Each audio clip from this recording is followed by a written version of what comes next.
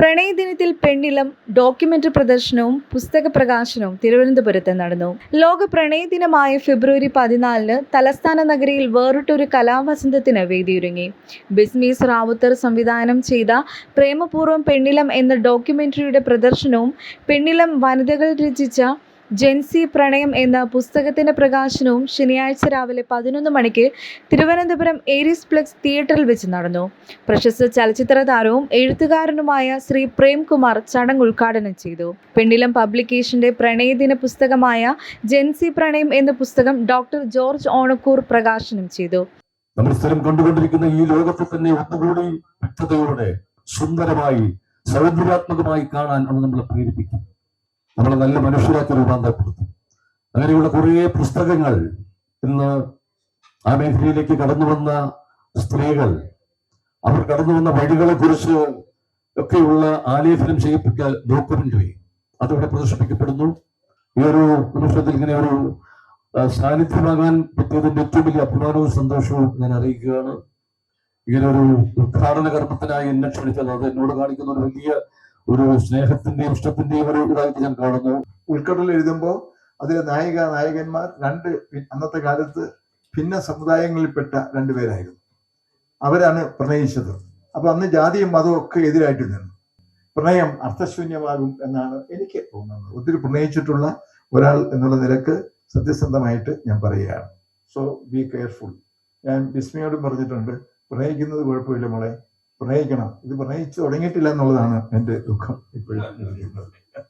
Okay, നിങ്ങളെല്ലാം അനുവാദത്തോടു കൂടി ഞാൻ ജെൻസി പ്രണയം എന്ന ഈ പുസ്തകം 14 പേരുടെ ഒത്തുചേരലാണ് ഈ പുസ്തകത്തിലുള്ളത്.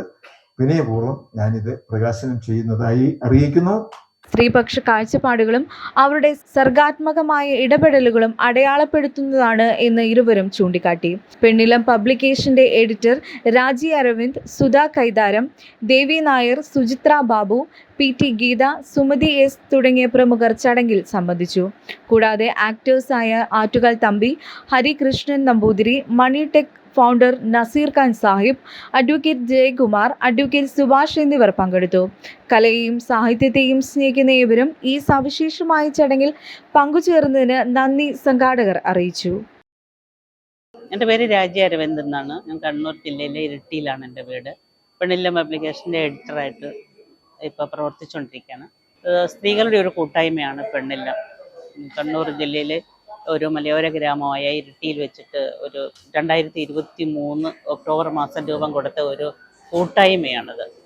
സ്ത്രീകൾ എഴുതാൻ കഴിവുണ്ടായിട്ട് അവസരങ്ങൾ ലഭിക്കാതെ പോയ ഒരു കൂട്ടം സ്ത്രീകളെ സംഘടിപ്പിച്ചുകൊണ്ട് ആ ഒരു മലയോര ഗ്രാമത്തിൽ രൂപം കൊടുത്തൊരു വാട്സപ്പ് കൂട്ടായ്മയാണ് 3 വർഷം കൊണ്ട് ലോകോത്തര നിലവാരത്തിലേക്ക് ഉയർന്ന് നല്ല രീതിയിൽ ജനങ്ങൾ അറിയപ്പെടുന്ന രീതിയിലുള്ളൊരു വലിയ പ്രസ്ഥാനമായിട്ട് മാറിയത്.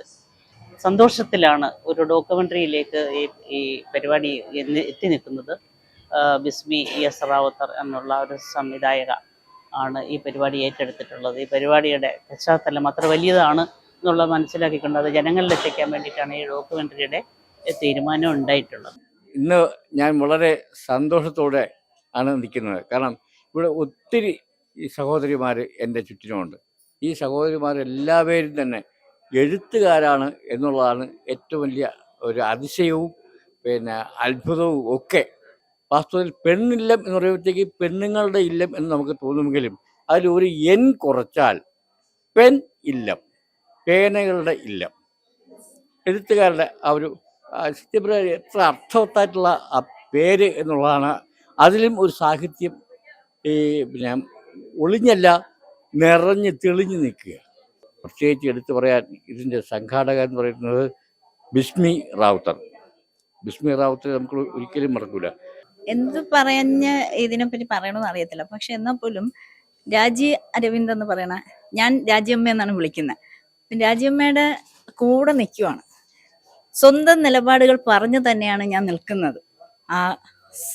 ആ പ്രസ്ഥാനത്തിൽ നിലപാടുകൾ പറഞ്ഞ് ആ കൂട്ടത്തിൽ ചേർന്ന് നിന്ന് ഇന്നും യാത്ര തുടരുന്നു. ഇനിയും രാജിയമ്മയ്ക്കൊപ്പം ഞാൻ കാണും, ആ പ്രസ്ഥാനത്തിലും പെണ്ണിലം എഴുത്തിൽ കൂടി.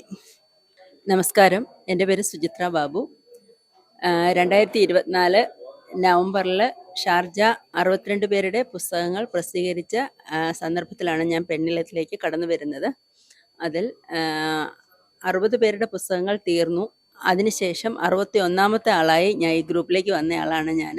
ഒറ്റ രാത്രി കൊണ്ട് പുസ്തകങ്ങൾ ഞാൻ എഴുതി വെച്ച കവിതകളെല്ലാം ഒന്നിച്ച് എഡിറ്റ് ചെയ്ത് പുലരുവോളം ഇരുന്ന് എഡിറ്റ് ചെയ്ത് അന്നത്തെ പ്രസിഡൻ്റായിരുന്ന അനിത ചേച്ചിക്ക് അയച്ചു കൊടുത്ത് അന്നത്തെ ആ ഒരൊറ്റ രാത്രി കൊണ്ട് മാത്രം ഷാർജ പുസ്തകോത്സവത്തിലേക്കും പെണ്ണില്ലത്തിലേക്കും കടന്നു വന്ന ഒരാളാണ് ഞാൻ.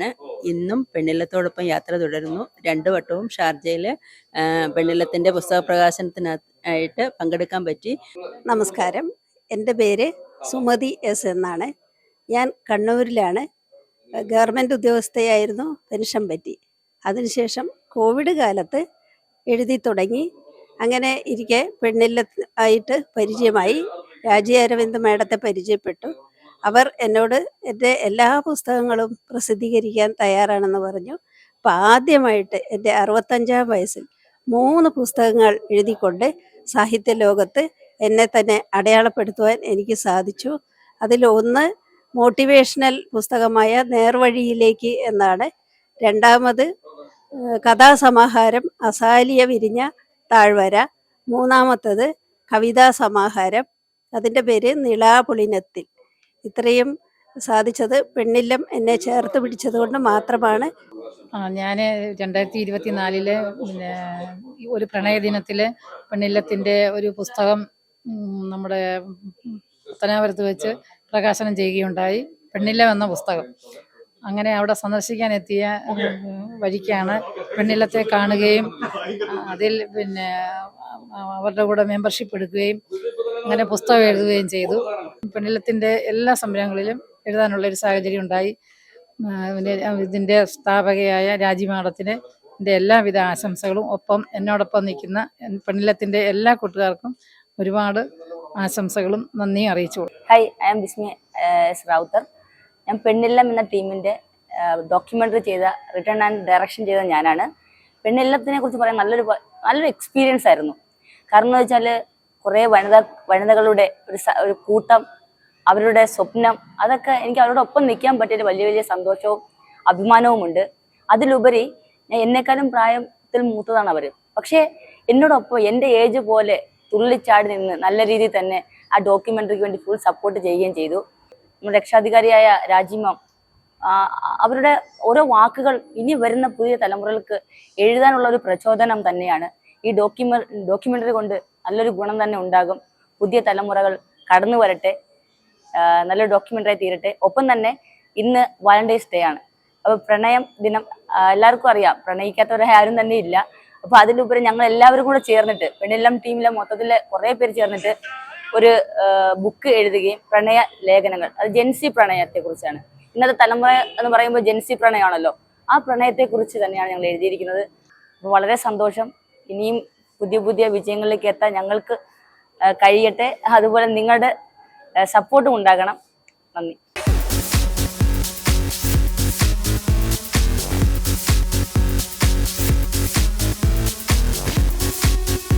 ഇതാണ് പഞ്ചഗവ്യ വിളക്ക്. പശുവിന്റെ ഗോമൂത്രം, ചാണകം, നെയ്യ്, പാല്, തൈര് എന്നിവ കൊണ്ട് ചേർത്ത് നിർമ്മിച്ച വിളക്കാണ് പഞ്ചഗവ്യ വിളക്ക്. ഒരു ഗണപതി ഹോമം ചെയ്യുന്നതിന് തുല്യമാണ് ഈ പഞ്ചഗവ്യ വിളക്ക് വീടുകളിൽ കത്തിച്ചു വെച്ചാലുള്ള ഗുണം. ഐശ്വര്യവും സമ്പൽ സമൃദ്ധിയും വീടുകളിൽ വന്നു ചേരുന്നതാണ്. നിങ്ങൾക്ക് ആവശ്യമായ പഞ്ചഗവ്യ വിളക്കും പഞ്ചഗവ്യ ധൂപത്തിരിയും ഓർഡർ ചെയ്യാവുന്നതാണ്. യാതൊരുവിധ കെമിക്കലുകളും ചേരാത്ത കർപ്പൂരം വാഗമൺ സ്പേസിൽ ഇവിടെ ലഭ്യമാണ്. ബന്ധപ്പെടേണ്ട നമ്പർ 7994007599 അല്ലെങ്കിൽ 9656417599.